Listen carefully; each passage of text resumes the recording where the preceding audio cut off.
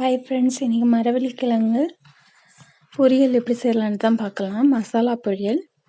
Stove on பண்ணிக்குவோம். Stove on பண்ணிவிட்டு கடாய் அடுப்பில் வச்சுட்டு கடாய் ஹீட் ஆனதும் ஆயில் விட்டுக்கலாம். ஆயில் நல்லா ஹீட் ஆனதுக்கப்புறம் கடுகு சேர்த்துக்கலாம். கடுகு பொரியட்டும். கடுகு பொரியறப்ப கருவேப்பிலை சேர்த்துக்கலாம். கருவேப்பிலையும் பொரிஞ்சதுக்கப்புறம் வரமிளகா 2 எடுத்து வச்சுருக்கேன். உங்கள் காரத்துக்கு ஏற்றாப்புல நீங்கள் சேர்த்துக்கோங்க. வரமிளகா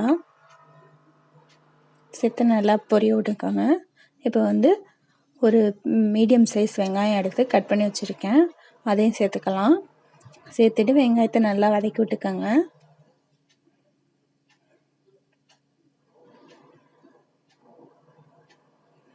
வெங்காயம் கொஞ்சம் கலர் மாதிரி நல்லா வதங்கிருச்சு.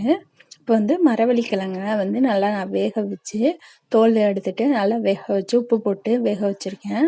அதை சின்ன சின்னதாக கட் பண்ணி வச்சுருக்கேன். அதை சேர்த்து அதை நல்லா பரட்டிக்கலாம். அதுவும் கொஞ்சம் நல்லா ஃப்ரை பண்ணிக்கோங்க.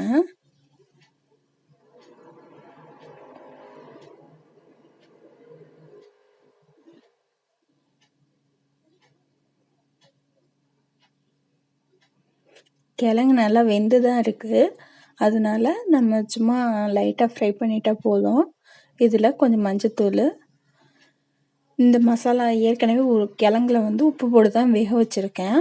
அதனால சும்மா டேஸ்ட்டுக்காக, இந்த மசாலா டேஸ்ட்டுக்காக கொஞ்சமாக உப்பு போட்டிருக்கேன். உப்பு போட்டு அதையும் நல்லா பரட்டி எடுத்துக்கலாம்.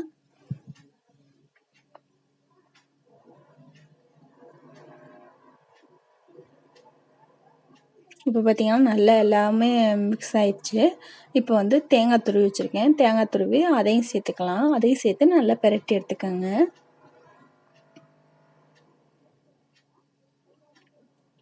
அவ்வளோதான். இப்போ ஸ்டவ் ஆஃப் பண்ணிக்கலாம். நம்மளோட மரவள்ளிக்கிழங்கு பொரியல் ரெடி ஆயிடுச்சு. நீங்களும் செஞ்சு பாருங்கள், ரொம்ப நல்லாயிருக்கும். இதை புளிக்குழம்புக்கெல்லாம் சைடிஷாக எடுத்துக்கலாம். நல்லாயிருக்கும்.